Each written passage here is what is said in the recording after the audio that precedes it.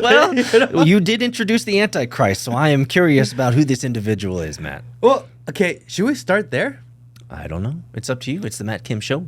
Dude, I was scrolling on TikTok, I think on Saturday, and I get this thing, and this guy wearing like whatchamacallit, a beanie, like this Muslim guy, brown guy wearing this beanie, and all the captions are like, is he the next Antichrist? Or is he the prophet? Or this? And there's all these clips about him, and I started watching it, and I was like, huh. This is a little weird, a little disturbing. Little end times vibe going on. Yeah. He has like this group of people following him, and he says that he's the next prophet after Muhammad or something like this. No, he says he's the man after a lot of men. Like, Yes. he's the man. Yeah. He's the guy that we've been waiting for, apparently. It's like Jesus, and then a list of people, and then him. Yes. And I'm like, okay, what the? He's next in line, apparently. So I watched one clip, and I'm like, dude, I don't like this. This is kind of bad for my soul. I could feel it. So I'm like, all right, I'm just going to swipe away, and I'm going to start trying to give me my doom scroll, like feel-good doom scroll. Yeah, I'd prefer brain rot over this thing that's challenging my spirit. Exactly. Give me brain rot. And TikTok, they just keep on showing it to me. Keep on showing it to me. Keep on showing it to me. Maybe that's the meta. And I'm like, this guy's going viral. Oh. This guy's going like super viral. I did see him too. I watched the whole clip. And I was like, part of me is like, I really want to watch this entire interview and his speech. I'm like yearning to see it now because I'm curious. This is how Matt goes down rabbit holes, just like this. Well, and then I made like this very conscious decision to say that I'm not going to watch it. Oh. It's like... So now you're ill-informed. I am ill-informed because I wanted to watch it, but I didn't watch it because there was like this moment where I was like, damn, I feel like if I ever had the opportunity, I don't know if the opportunity is the right word, if there was ever an instance where I could choose to listen to Satan speak, would you do it? That's an interesting position that you put yourself in. Because the reality is, from what we know biblically, is that Satan would speak very eloquently, that he would be very convincing, that you would want to hear him speak. Very persuasive. Very persuasive. I'm like, damn, if this guy's like really evil, He would have a silver tongue, for sure. I don't want to watch him. He would have a silver tongue. Because what if I watch him and I believe him? I don't think your faith is that weak, I Matt. just in case. I don't know. I wasn't sure. I don't think you're that weak, but you are taking a very, let's just say, nubile Christian philosophical stance. I was like, I don't want it. No, Get away from me. seriously. Like, and if as I was listening to you, and this, I'm not digging on you, but I'm just going to bring this up. This reminds me of the conversations that you have in like Christian campus college crusade in university, where one of your colleagues, the fellows, as a sophomore, comes up to you and says, "I was tempted to watch Prawn, and I felt titillated, but I decided to not do it for Jesus Christ." Okay, fine. You guys, some of you guys are like, Peter, sacrilege. No, but you know I'm not wrong. Yeah, I get it. That's what nubile Christians do. No, but here's the thing that I think I do want to point out. Why did you feel like this was a spiritual issue? I don't know. He was just making such bold claims, and you could see the people kind of in the video of how intently they were listening. Oh, yeah. And he had a rather kind of conviction in his voice and a very smooth calmness to it. And he didn't look bad either. The optics were good. The optics were good, and he had that beanie on, he had the beard, he was like really very serious. sage. Yeah. And I was like, I could see people listening to this guy. I could totally see that scenario where people gather and listen to him. I'm like, I don't want to put myself in that situation, and I didn't. But but you said you watched some of it. I don't know. What do you think? Well, the short answer is that we have many examples of men and women who have garnered hundreds of thousands, millions of followers over time, created a cult. There are many current existing mainline religions that are actually in the category of cults that are in the hundreds of millions of followers and proselytizers. And so this is not an unknown thing. I think now with today's digital media and digital age, we now have a wrapper around, a presentation wrapper around these individuals that makes it look almost too surreal or maybe even fake or maybe too manufactured. Obviously, the gurus that rose up in the 1800s, 1600s, 1700s, early 1900s, obviously, there's no internet. So there's no way for them to grow in mass and scale at the size that we see individuals like this person. And so my issue really is I didn't see it as a spiritual issue either. I didn't see it as a spiritual issue at all. When I watched him, I was like, this guy's going to get fucked, is what I thought. It's like, this guy's going to grow, and then the entire VH1 behind-the-scenes show that talks about the entire rise and fall of someone, that's what's going to happen. It's going to be the rise and fall of this guru guy who said that he was the greatest thing since sliced bread. Just a quick break before this video continues. If you haven't signed up for Soju yet, go check it out, soj.oo. It's a social discussion platform that we've created. That's where the community is hanging out. Definitely worth checking out, soj.oo. Also, if you're not subscribed to the channel yet, do it now. I mean, before the Christians get him, the Muslims are going to get him, huh? You think so? Yeah. I mean, he's making big claims. He's putting himself as the descendant or the next in line to Muhammad. So, yeah. I think that the Muslims would get him first because they don't do that blasphemy very well. There are two mainline religions today that have terrorist cells and terrorist parts of its organization. That would be the Zionists and the Islamists. Yes, you're right. Christians, they say that there's the far right, but the far right Christendom is not going out and bombing. They're not going to go hunt this guy down and find him for being blasphemous on the internet. Flying planes in the buildings and stuff, if you know what I mean. Yeah, it's not a thing. Yeah, not a thing. Yeah, I mean... So, yeah, I think either the Zionists or the Islamists are probably going to take him out because the Christians are too weak sauce to do anything anyway. But it's like an interesting time because somehow this idea of eschatology and end times, and we've talked about this several times before. Yeah.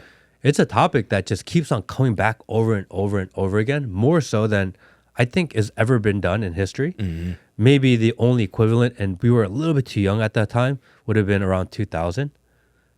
Because around Y2K and the turn, people were freaking out a little bit. Maybe this ended the world, etc. And looking back now, that's so ridiculous.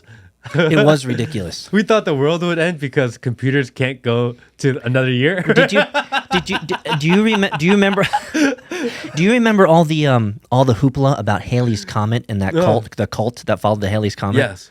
Like that type. I feel like this guy is that type of thing. But I don't want to miss your point. I see two things that are emerging in our timeline today. The first is you talk about eschatology and the end times. I certainly think more movies, media, right, imagery, symbolism has arisen around the end times. But I think on the other side of that coin is the savior complex has risen, right? We now have more of the Elon Musk, save me, Orange Man, good, save me, pick your favorite leader, save me. And I feel like that's both sides of the token, is that there's this end of world thing that people are feeling in their gut is coming, but there's also this savior issue that I think many mainline religions have to deal with.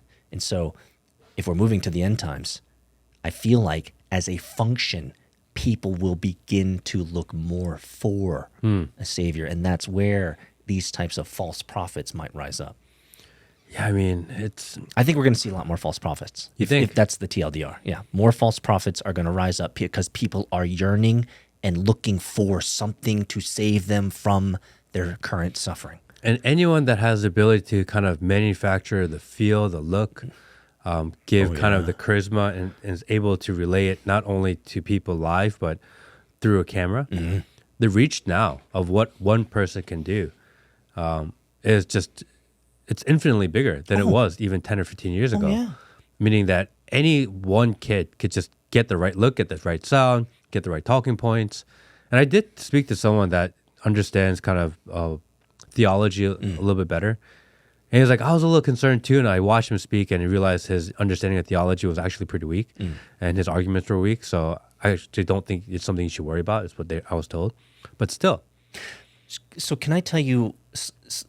an idea that you've conjured up in my brain that is not something that I think about a lot, but now I'm thinking about it, and it makes me fearful. Do you want to know what that is? What's that?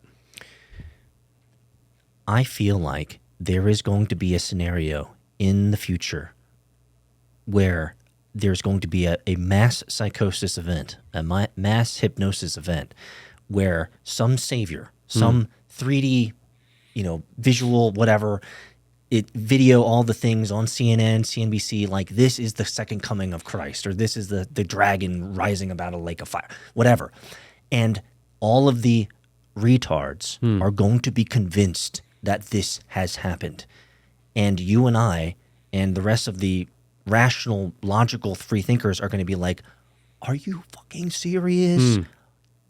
There is no dragon. It didn't happen. I mean, and you might say, Peter, come on. That's not... Did we inject over 3 billion people with the experimental poison? Did they all get convinced? So could we live in let me get the TLDR.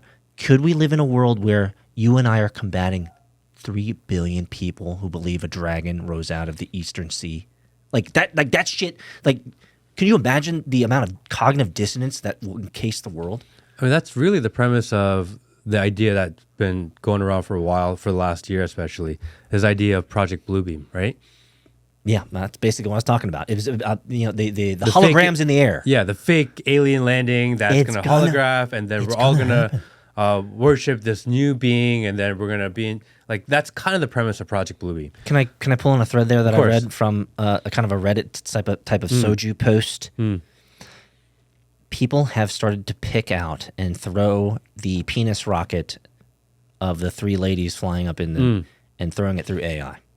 What do you think the outcomes are? It's not real? It's not real. Of course not. But it looks damn real, doesn't it? So, could it be said that in the future, that a penis rocket that is proved to be, let's just say, has inconsistencies so that it's not 100% sure that it's real? So even at a 90%, hey, there's 90% that it's real, 10%, you've just increased the chance that it's fake. But it does look real, doesn't it? And they interject real actors at moments with potentially green screen. So could not be the penis rocket actually replaced with a dragon and the entire world is amazed? I mean, I've seen some of these drone shows out of China that's like really convincing. They're phenomenal. They're just going to get better, But in all fairness, I'll be more paying attention to the penis rocket when I see one break the firmament.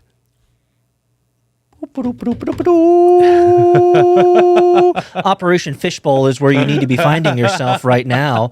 Operation Fishbowl and Operation High Jump from the 60s. Check it out, my friends. Then you'll know exactly what Matt is talking about. Like, oh, Matt's so crazy. He's always like referencing the, I'm like, oh. You can reference real historical unclassified events, Operation Fishbowl and Operation High Jump.